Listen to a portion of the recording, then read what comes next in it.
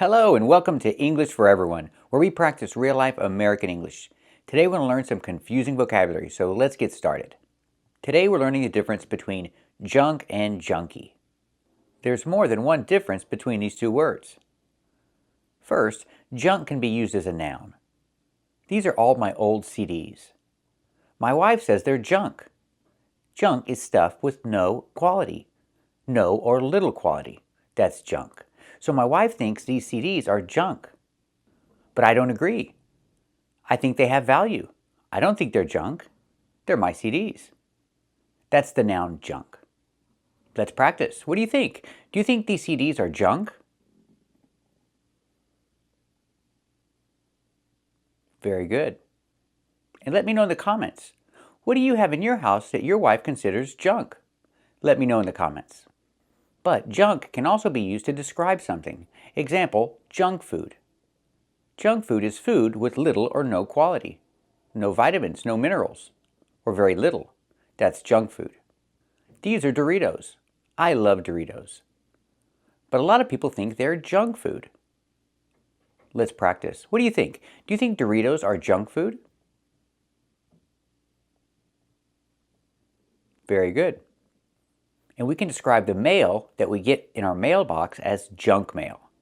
If it's no good, something you don't need, that's junk mail. I get a lot of junk mail. What about you? Do you get a lot of junk mail? Very good. Or junk email. Junk email is also known as spam. And I get a lot of that too. I get a lot of junk email. Let's practice. Do you get a lot of junk email? Very good. Or I can say, do you get a lot of spam? Do you get a lot of spam in your email?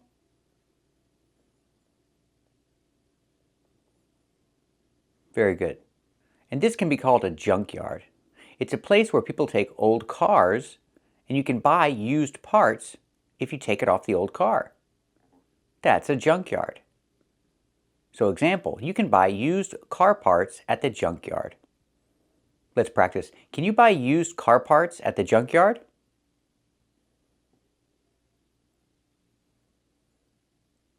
That's right, you can buy used car parts at the junkyard. But if you Google it, it goes by auto salvage. Yeah, Google auto salvage and you'll find all the junkyards near you. But what if I describe a house? An old house that is not very good. It looks bad. It looks ugly. Do we call it a junk house? No, we use junky as an adjective. It's a junky house. Example, this is a junky house. Let's practice. What do you think? Do you think this is a junky house? Very good. And if you describe a car, we use junky here too. This is a junky car. I don't want to buy a junky car. I want to buy a good car. What about you? Do you want to buy a junky car? Very good. And this whole neighborhood looks bad. This can be called a junky neighborhood.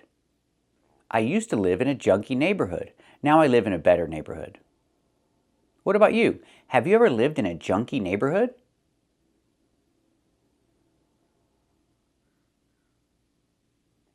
And this is a junky neighborhood. Let's practice. Is this a junky neighborhood?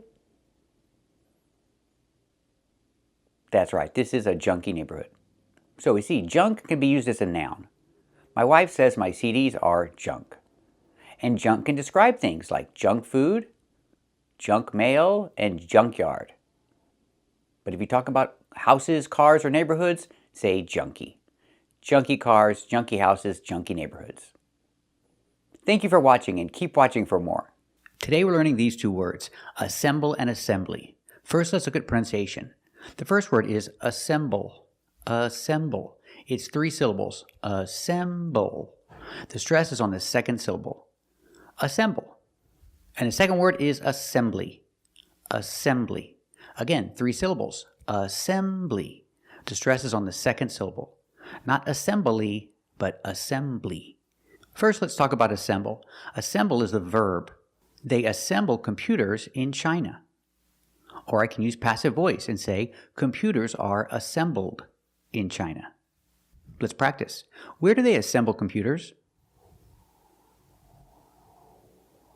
That's right, they assemble computers in China. Most computers. Let's practice. Are most computers assembled in China? That's right, most computers are assembled in China.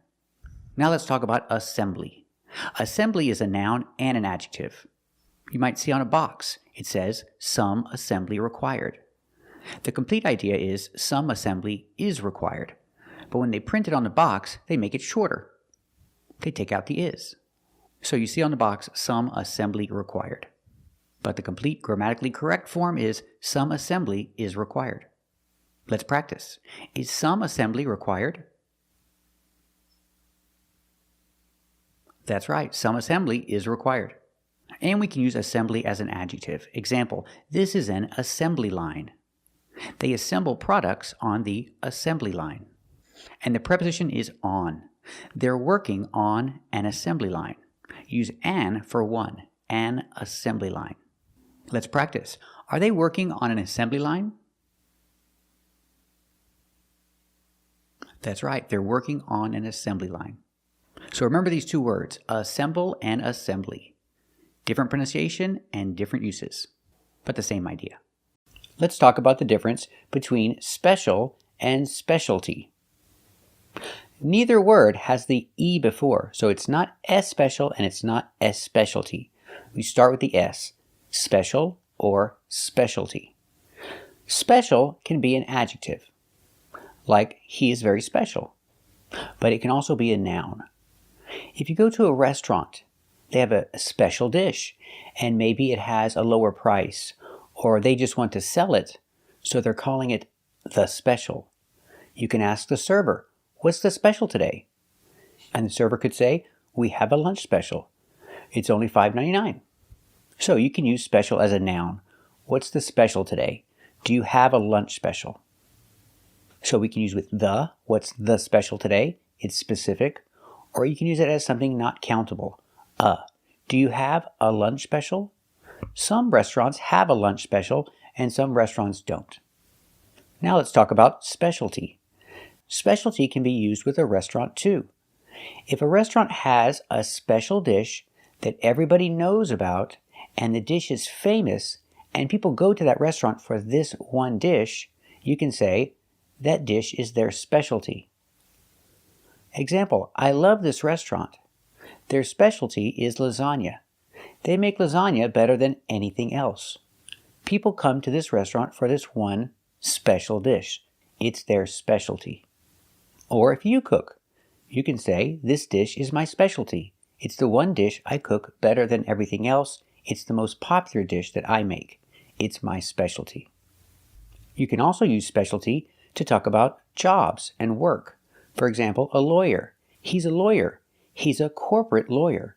So his specialty is corporate law. If he's a corporate lawyer, then his specialty is corporate law. He has a specialty. He specializes in one specific type of work. His specialty is corporate law. Or a doctor. A doctor can have a specialty. He's a doctor, but his specialty is cardiac care. He works with the heart, so his specialty is cardiac care. He specializes in this one area of medicine, so he has a specialty. Let's practice. Do they have a lunch special? That's right, they have a lunch special. And it looks like the special today is baked chicken. Let's practice. What's the special today?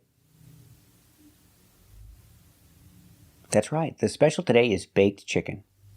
Let's practice. Does that restaurant have a specialty? What's their specialty? That's right, their specialty is lasagna. The lawyer has a specialty. What's his specialty? That's right, his specialty is corporate law. The doctor has a specialty. What's his specialty? That's right, his specialty is cardiac care. Very good. So remember these special words and how they're used differently. If you're still a little confused, watch the video again and keep practicing. We'll see you next time.